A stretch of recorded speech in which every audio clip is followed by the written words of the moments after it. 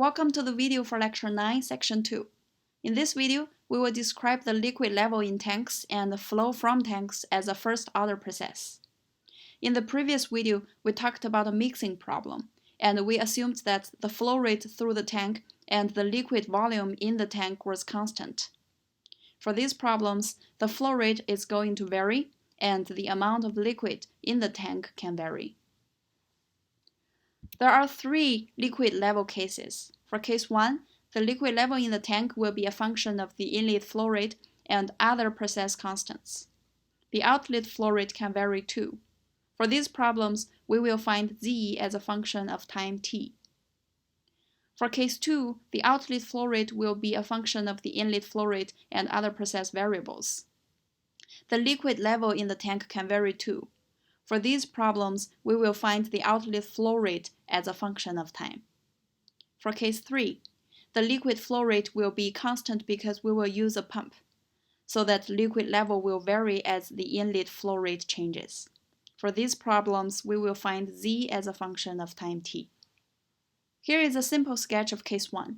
The inlet flow rate Q0 can vary, which will cause the liquid level or height Zt to change. And the outlet flow rate Q1 can vary too. The fluid flow resistance R will be a constant for now. Here's the time-dependent ordinary differential equation based on a mass balance of the tank. The amount of fluid entering is ρ times Q0, and the amount of fluid leaving is ρ times Q1. The change in fluid mass in the tank is given by the differential of ρ times A times Z. A is the tank cross-sectional area, and Z is the fluid depth or height. This slide shows some assumptions we will make. First, we will assume that ρ is constant.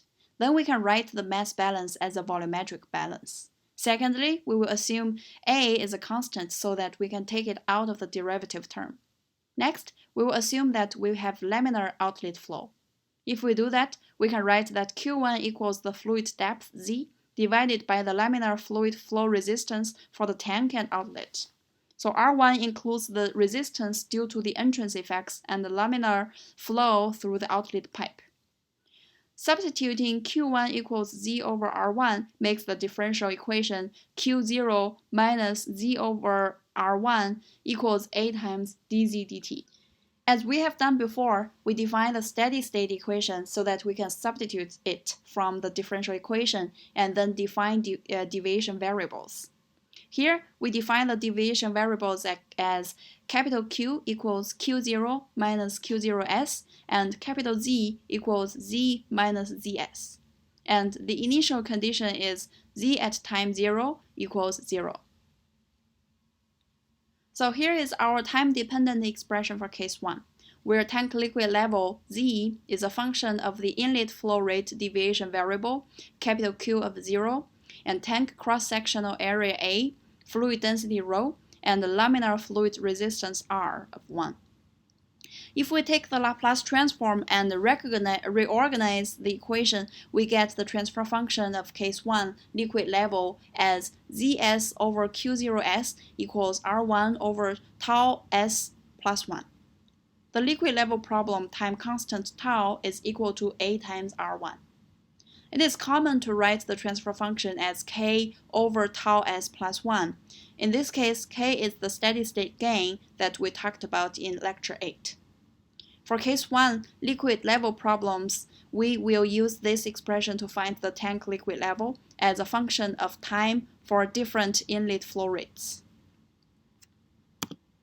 For case 2, we will find the deviation variable outlet flow rate, capital Q1, as a function of the deviation variable inlet flow rate, capital Q0, and the tank cross-sectional area, the fluid density, and the laminar output fluid flow resistance R1.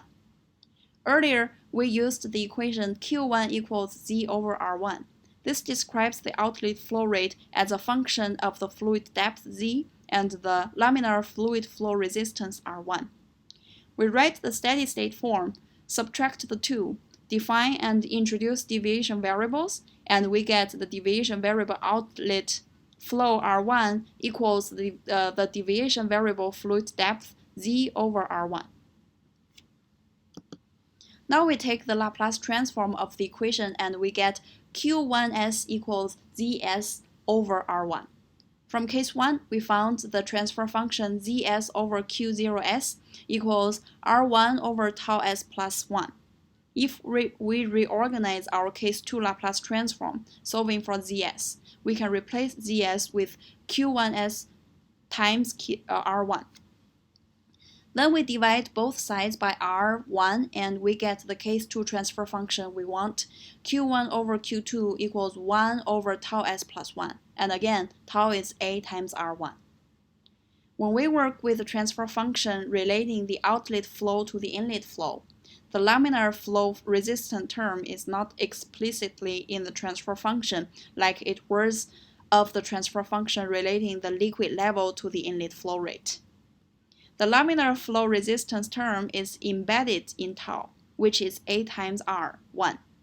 So watch out as you work with the liquid level problems. Make sure you know when R1 is needed and when it is not. So we have covered case 1 and 2 so far.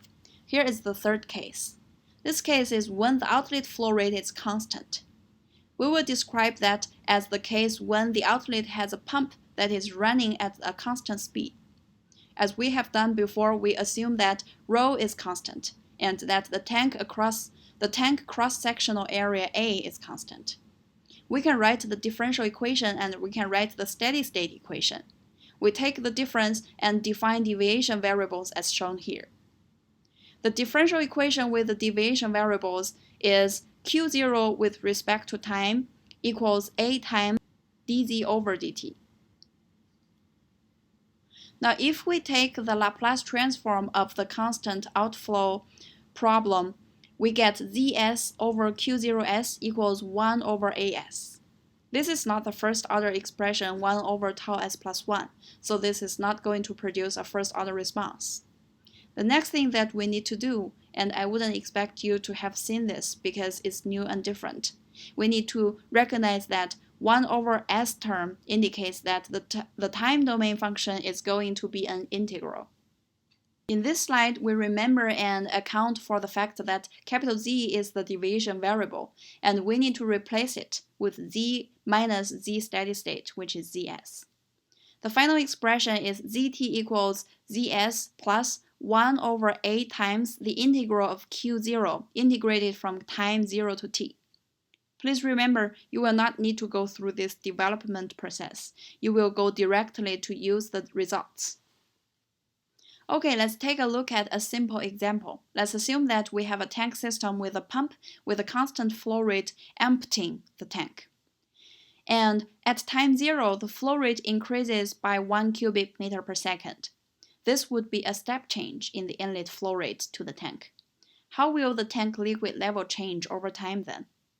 If we substitute 1 for the Q0 term and integrate, we get T. So the time-dependent expression showing the fluid depth Zt equals Zs plus T over A. Here's a plot of the result if Z steady state was set to 1.5 meters and the tank cross-sectional area was 300 square meters.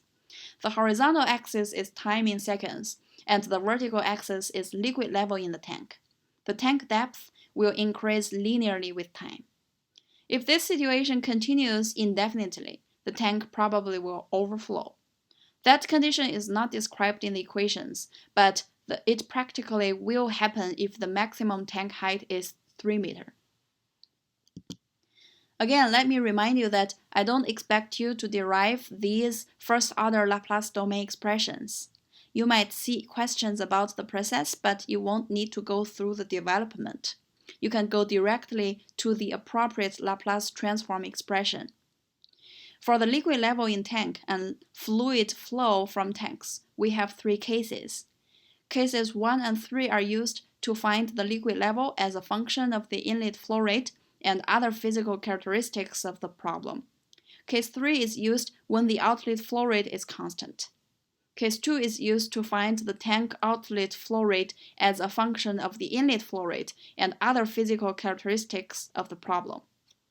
If we go through the same procedures that we have used for the fluid heating problem, the temperature sensor, and the mixing problem, the liquid level problem, for this electrical resistance capacitance circuit, we get the same first order transfer function. 1 over tau times S plus 1 over tau is equal to R times C. My only reason for including this just to make you aware that the first order transfer function applies to this electrical circuit. This slide lists the different time constants that we get from the different problems. They all have units of time, typically seconds, and they all are based on physical properties of the problem. This slide lists the different time constants that we get from the different problem. They all have units of time, typically seconds, and they all are based on physical properties of the problems.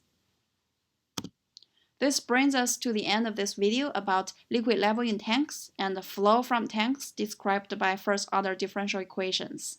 Write down any questions you might have and bring them in class. Thank you.